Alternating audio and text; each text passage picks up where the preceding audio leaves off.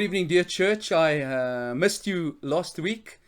I hope that the memorial service of our dear brother went well and that people have a little bit more closure, especially those who might be non-believers. I'm reminded of Paul writing to the Thessalonians and saying to them, we don't mourn like the rest of mankind who have no hope.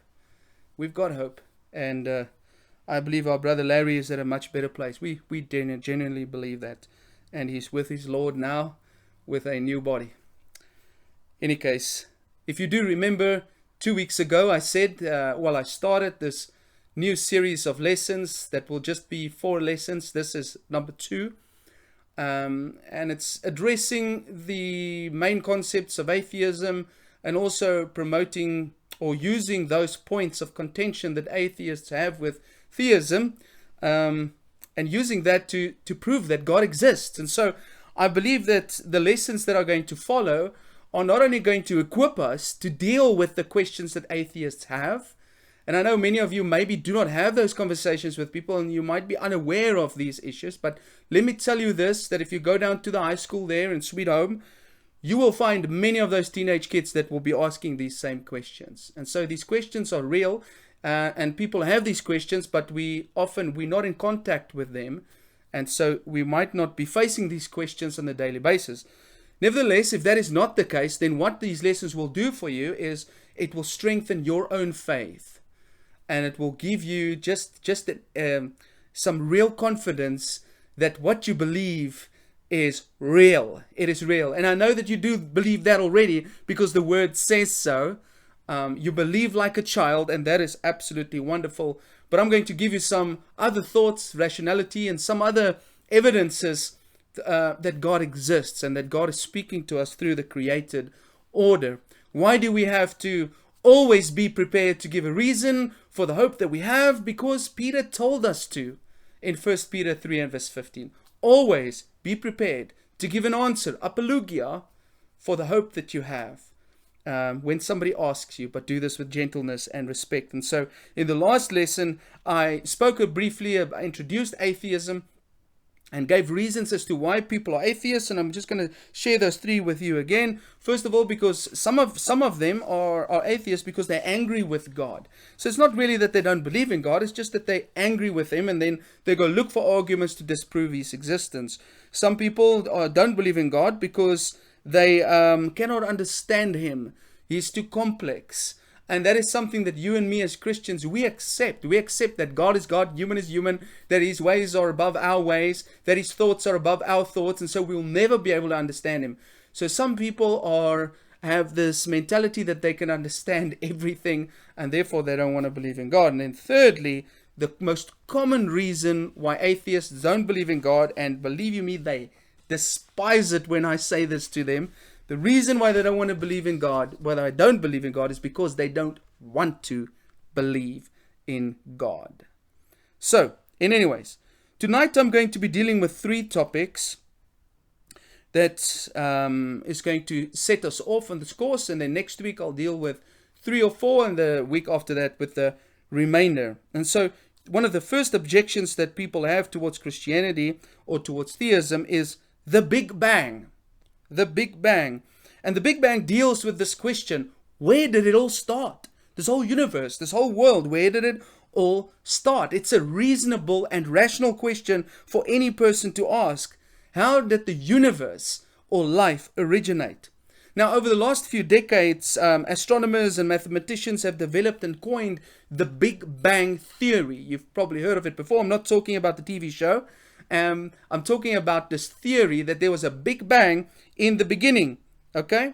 It postulates that the universe started with a small singularity and then inflated over the next 13.8 billion years to become the cosmos that exists today.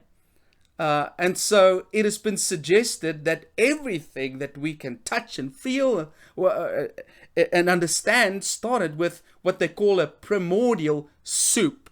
Yes, soup. From that soup, neutrons developed and eventually light developed.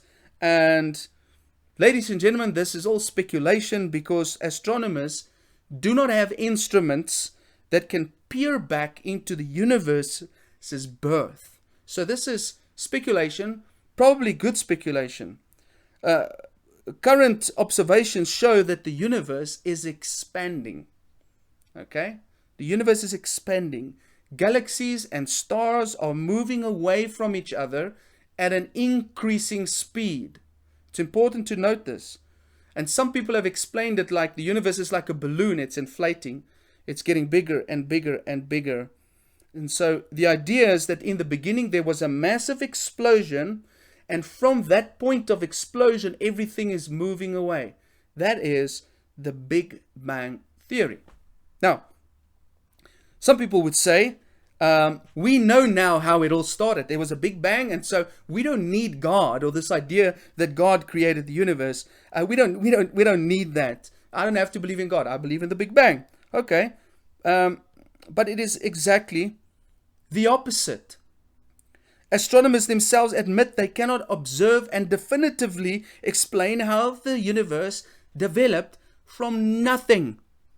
So they claim there was a Big Bang. Okay, but how did the Big Bang start? That is the question. The Big Bang theory clearly shows that the earth and the universe had a beginning.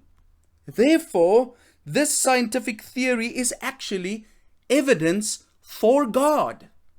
We don't have to be scared of the Big Bang theory. It proves the existence of God. Okay? Theists have believed for thousands of years that the universe had a beginning. We've all believed that, haven't we? It all started somewhere at some point in time. And most importantly, theists have also maintained that God is the first cause of the universe. We live in a world, ladies and gentlemen, that is dominated by cause and effect. In other words, there is no effect that was not caused by something. If something happens, it was caused by something, right? If a tree falls over, it must have been pushed over by the wind or an earthquake or something happened in the ground. But every effect has a cause. And as if we're saying that there was a Big Bang, somebody or something should have started that. Right, I think that makes sense. Scientists cannot explain what caused the birth of the universe. But we know how it was started. The very first verse in the Bible says the following: in the beginning, God created the heavens and the earth. Very first sentence in the Bible tells us.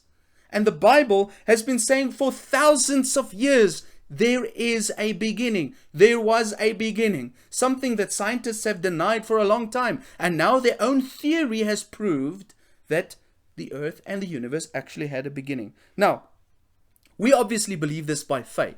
We believe that God created by faith. We see that in Hebrews chapter 11 and verse 3, where the text clearly says, by faith we believe that God created the universe from nothing. And so he was the first cause. You see, something outside of space and time and matter had to create space, time, and matter. That's the only thing that makes sense. And that can only be God, because he's outside of space, time, and matter. And all three of these had to come into existence at the same moment. So we live in a world where we can see the principle so well that behind every creation is a creator. Behind Microsoft, you have Bill Gates. Behind planet Earth, you've got Yahweh. Okay? And atheists don't want to believe this, and they claim their understanding is based on fact. But it's simply not true. Nobody was there when the universe was birthed. Neither atheists nor theists were there. Nobody was there. So we are believing the origin of the universe by faith on the one side, yet it is also the most rational option that God created it. He was the first cause. Any other option is simply irrational. Consider the following definition of atheism that explains the problem.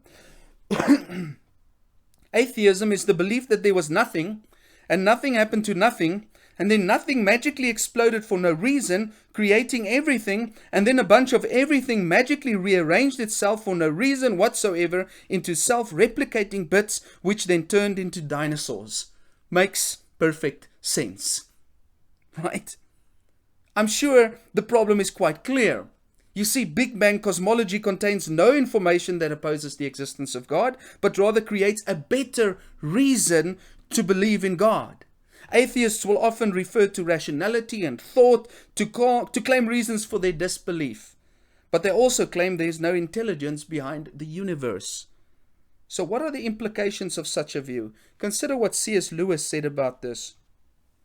Listen carefully to this, and this might be a little bit complex for some of us, but listen to what he says. Supposing there was no intelligence behind the universe, no creative mind. In that case, nobody designed my brain for the purpose of thinking. It is merely that when the atoms inside my skull happen for physical or chemical reasons to arrange themselves in a certain way, this gives me as a byproduct the sensation that I call thought. But if so, how can I trust my own thinking to be true? It's like upsetting a milk jug and hoping that the way it splashes itself will give you a map of London.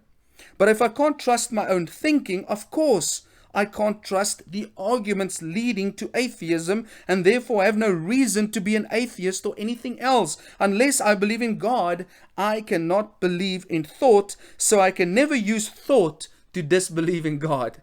I hope you get that. I hope you get that. Any case, let me just summarize this briefly. Science says that there was a Big Bang, okay? In the beginning, some form of explosion. The stars, the galaxies are moving away from each other from that point where the explosion took place, okay? And we are one of these planets that's busy moving away from that central point. The universe is in a balloon shape expanding, okay? And they say because we know that now, that is evidence that God did not create, okay? When in actual fact, that's exactly the opposite. The Bible has said from the beginning that the universe had a beginning. In the beginning, everything was created. And so this is actually evidence for God. Science cannot explain how the Big Bang took place. They knew there was one, but they don't know what caused it. We know what caused it. We believe by faith that it can only be God. The only thing outside of space, time, and matter can be God. Okay? And so he's the cause of the universe. So if somebody ever comes to you with a Big Bang theory to claim that that's evidence that God does not exist, you say, well, very thankful that you bring that up, because I can use, let me show you why God is actually the one that is proven to exist through that theory. The second objection that lots of people have regarding theism is the massive universe. Richard Dawkins is a guy that I often read his things and listen to his debates, because he has been acclaimed as one of the world's leading atheists, and I want to face the hardest guys and learn from them how atheists think, so that I can wrestle with their ideas. Now, he travels the world with a double agenda, promoting science and demolishing religion. That is his task. He is one of the enemies of the Christian faith. Now, I listened to one of his debates where he basically said that there is this marvelous, massive universe out there that's to be explored, and all your God is concerned about is what you do with your genitals. That was his statement. Genitalia, whatever. Christopher Hitchens, another atheist that died some time back, who's a brilliant journalist, who also used to say similar things and used to mock the idea of God, saying that, this God of yours, he only cares about who you have sex with and how many times you do it and where you do it, making a mockery of Christianity. And it's interesting that both these atheists would go to sexuality to point out their disbelief in God. And we've spoken about this before as well, that the reason why atheists don't want to be Christian or don't want to be theists is because then they'll be held accountable for their sin. So, in any case, both these instances are interesting because both these men have the worldview that what is happening in the massive universe is more important than what is happening in the most intimate parts of your life. Once again, this is nothing new to Christianity. This is nothing new to the Christian faith. Paul spoke about that in Romans 1 verse 25 when he spoke about people worshipping the created instead of the creator. That's what these guys are doing. They're worshipping this massive universe. I often listen to these scientists and atheistic scientists and how they talk about the fact that we are stardust. It's so amazing how big these planets are. And I'm like, yeah, they are big. That's amazing. God is bigger. Anyways. And so a lot of these scientists, they worship nature. They worship the stars. They worship the creator instead of the creator. Now, atheists like these see theists as people who are degenerating and not sticking with the times or with the findings of science. In their minds, theism demotes the exploration of the universe. But this is not the case at all. You'll often find people say, well, scientists would think that Christians are not interested in the universe, not interested in science. We just hold on to the Bible that we claim to be fact and we don't care about science. But it's not the truth at all. The guys who started science, ladies and gentlemen, they were Christians. Isaac Newton has been recorded as to spend more time in the Bible than in science or physics. He read the Bible more than scientific books or physics books. Okay? Isn't that interesting? Theistic scientists are trying to find out how the world that God created works. Atheistic scientists are trying to find out how a world works that they don't know where it came from. To the theist, the world is not all that there is, and the material universe is not all that matters. There are more important and deeper things than the stars. There are things more important than the moon. I'll be honest with you. I will not sacrifice my love for my wife or my kids to find out how the moon is operating around the earth. I would not choose a journey to the moon over a life with my wife or with my kids. And you know what? I would think that most of these scientists would agree with that. There are things more important than the stars and the galaxies, like love and meaning and purpose. And 1 John 4 verse 8 claims that God is love. Therefore, every person on the planet desires love. And if they are rational, they would admit that love is the deepest form of purpose and meaning, and that it is the supreme ethic. Even Richard Dawkins and guys like Hitchens, they would seek and experience love themselves. They would admit that. And love does no harm to itself or its neighbor. Of course, if God is love, and if it's the supreme ethic, and if it's the thing that every human being on earth wants, desires, gives, and takes, we will be more concerned about our relationships with people than about our understanding of the stars. It still raises the big old question, and it's a good question. If mankind is so small on the small blue little planet, if this is all that matters to God, then what is the purpose of this massive universe that is expanding?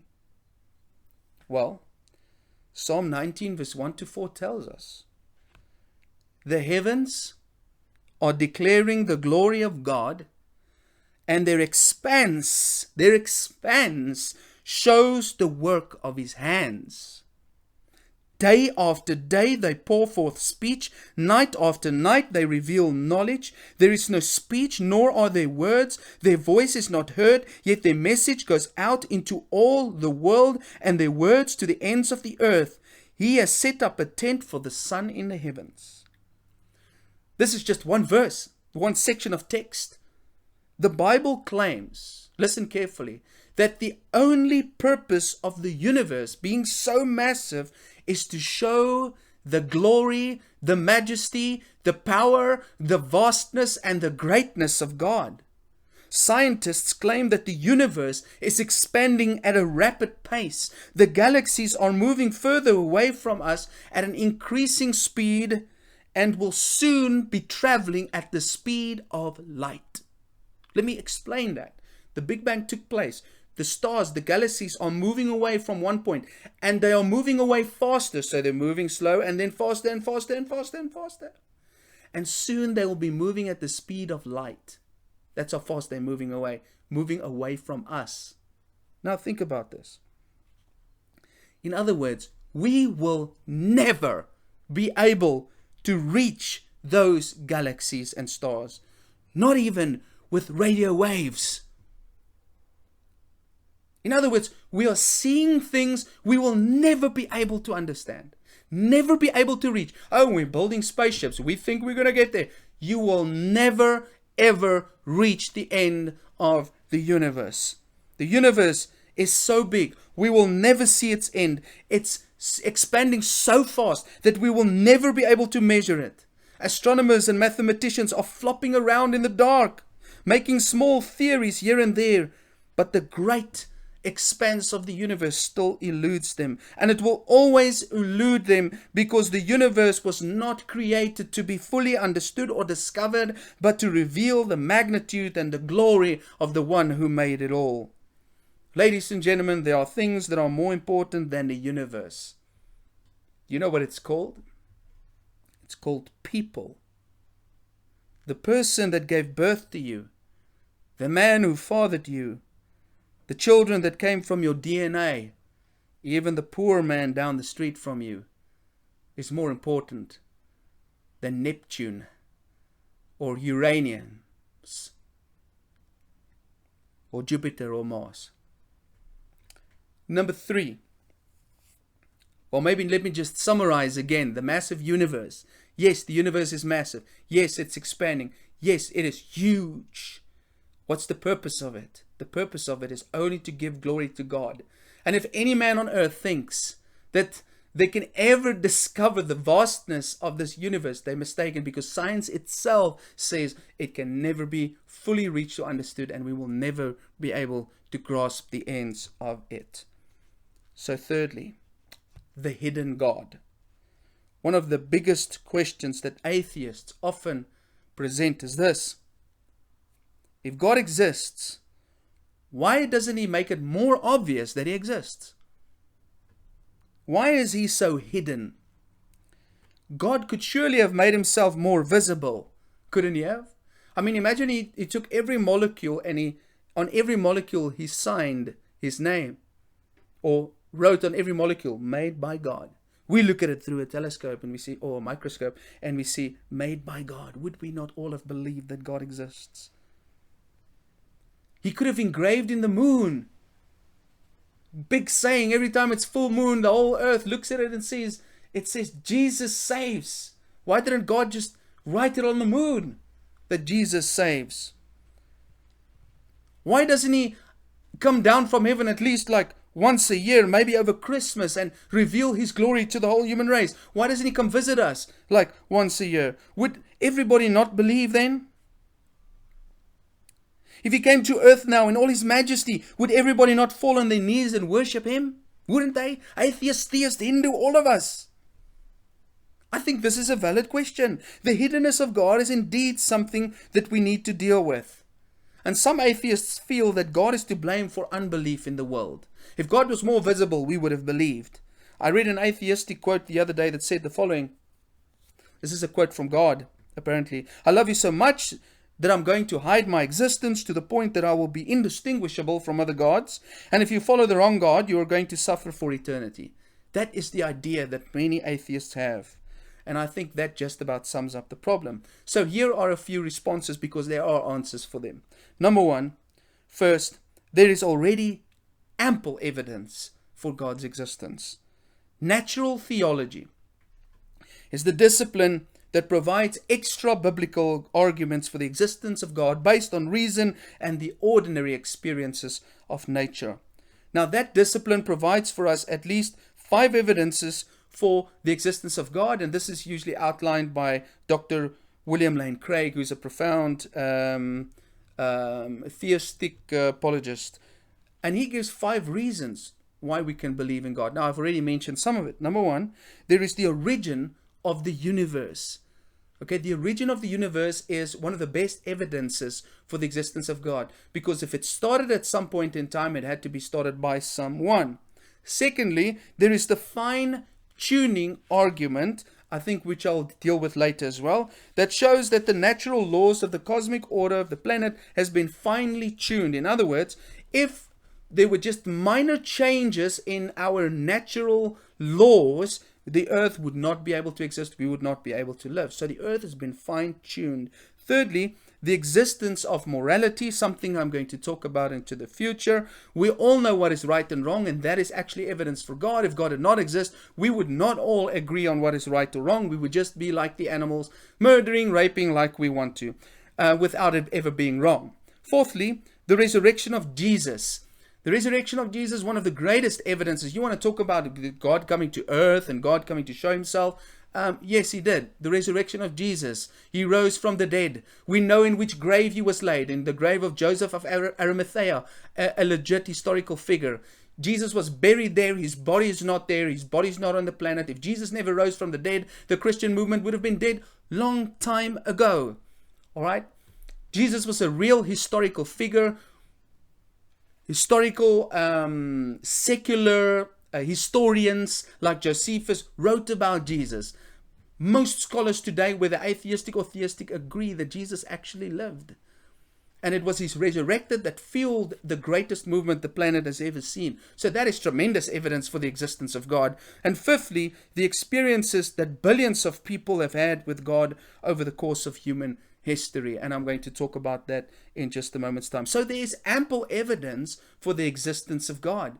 The question is just, why don't people want to accept it? And let me just say this as well. People say, yeah, if there was more evidence, I would believe. Well, what about the people who lived with Jesus? The people who actually put Jesus on the cross, saw him die, carried him into the tomb. Why didn't they believe? They saw somebody resurrected from the dead and they still didn't believe.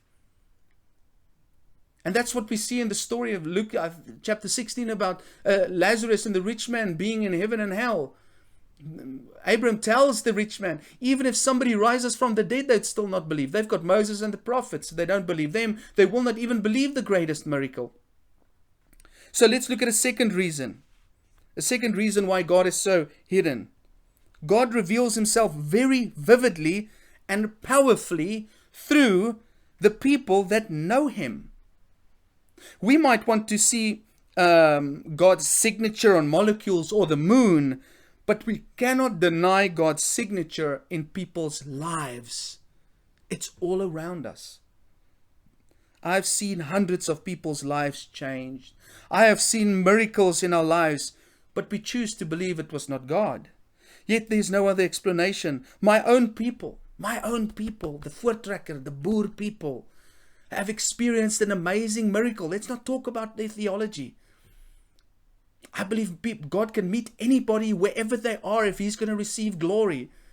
I mean, my own people, the Boer people, they were at the Battle of Blood River, and I challenge you to go read up about this.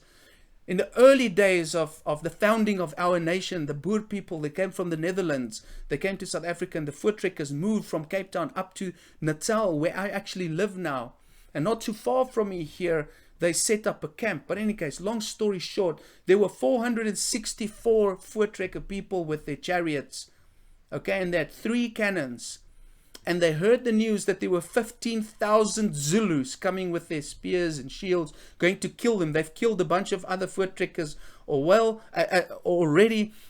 And these people got together. They were men and women and children. They made a lair. They sat down on that day, I think it's 16 December, and they prayed to the God of heaven. They said, Lord, if you deliver us from these Zulus, 15,000 Zulus coming against 464 people. And they prayed and they said, Lord, if you deliver us today, we will never forget this day and we will honor this date for the rest of our existence.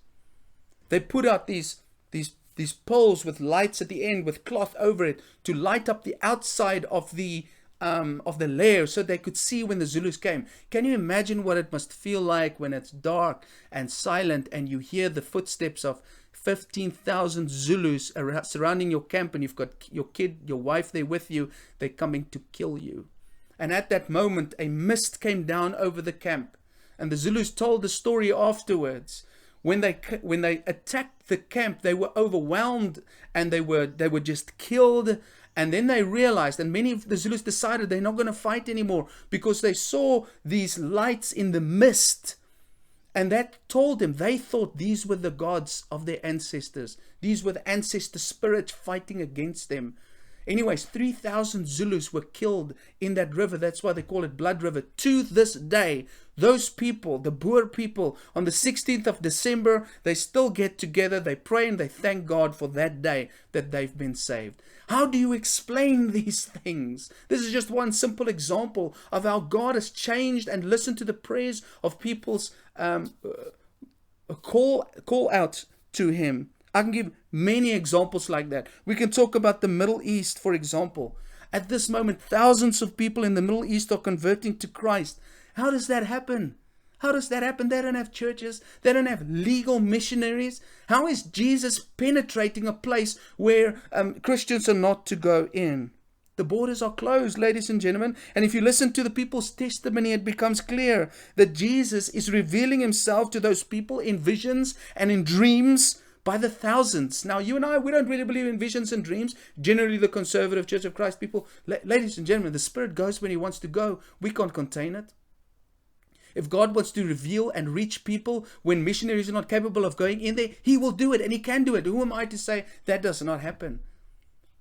The fact that these people are converting to Christ without being forced or coerced into it because there's no cultural influence from a Christian background shows us that God is very much alive. And if you speak to those people, they will say, there is no doubt in my mind that Jesus is real.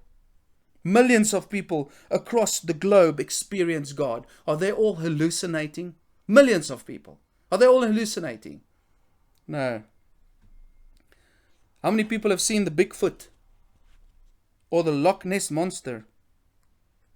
Why don't we believe in Bigfoot or the Loch Ness Monster? Because the people who claim to have seen these animals or these things are so few in number. But what if half of the world population, 3.2 billion people today, believe God exists? Well, the Christian God exists. Even more than that if we include the Muslims, okay? 3.2 billion people. If 3.2 billion people have seen Bigfoot, would we believe Bigfoot exists? Of course we would have. Would we exist that Loch Ness exists? Of course we would have. But the numbers of people who've seen these things are so few and far between. That's why we don't really know if it exists or believe that it exists. Ladies and gentlemen, the sheer number of people who claim to have experienced God is evidence for the existence of God. Thirdly, God limits his revelation to maintain human free will. Of course, if God came down in all his majesty and trumpets, we would all fall down and worship him, both theist and atheist.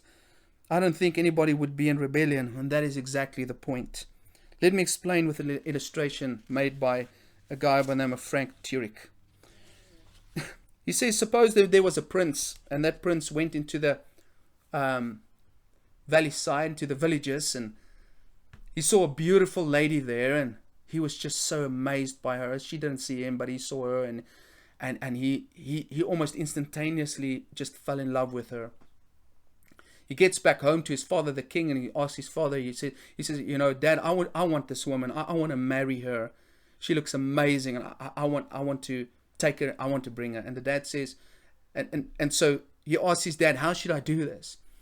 And the dad says to him, well, if you go now and you take chariots and lots of gifts and things, and you go to her house and to her parents, and you dress up like a prince, and you go ask for her hand in marriage, etc., she's going to be overwhelmed, and she's going to say yes, and she's going to come with you and be your wife here in the palace.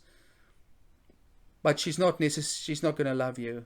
You don't know if she's going to love you. She's just going to be overwhelmed by the fact that the prince actually wants her in the house. She's going to think about the wealth and the glory and the majesty, and that's why she would come. So if you want to know if she really loves you, then what you need to do is you need to dress like a peasant, and you need to go live in that village for a time and let her get to know you for you.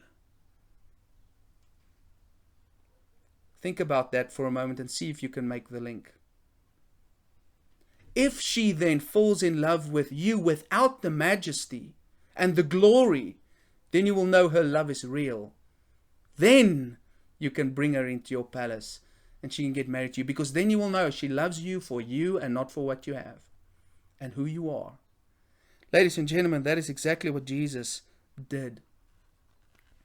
Jesus left heaven and he came and he dressed like us. He became a peasant like us to reveal his Father to us, to come show us who he is so that we can fall in love with him. Yes, God can come down with his chariots of heaven and all of his angels and the whole world bows down to him. But we're all going to do it just because we are seeing the glory, the magnitude and everything else. We're going to be overwhelmed against our free will before that. And we're going to come to God because of his majesty and his power, because we can see he's going to destroy us, and not because we love him. That is the whole point. Why God has revealed himself as he has. He sends his son Jesus so that we could fall in love with him. Jesus is a peasant, poor, wretched, but all we can see is his heart. And only those who fall in love with his heart are worthy to be accepted into the eternal kingdom. God revealed just enough of himself so as to not overpower our free will with majesty, so we can get to know him without the glory for who he really is. And that is, after all, what God is looking for. Not worshippers, but people who love him out of their own free will. In a nutshell, I would say that God has revealed just enough of himself through the natural world and the revelation of his Son that free agents can come to him or reject him out of their own free will without any form of compulsion or force. Ladies and gentlemen, we serve a living God. We serve a living God who loves us. He exists. He's real. And may we never ever back away from that. God bless you. See you again next week. Bye.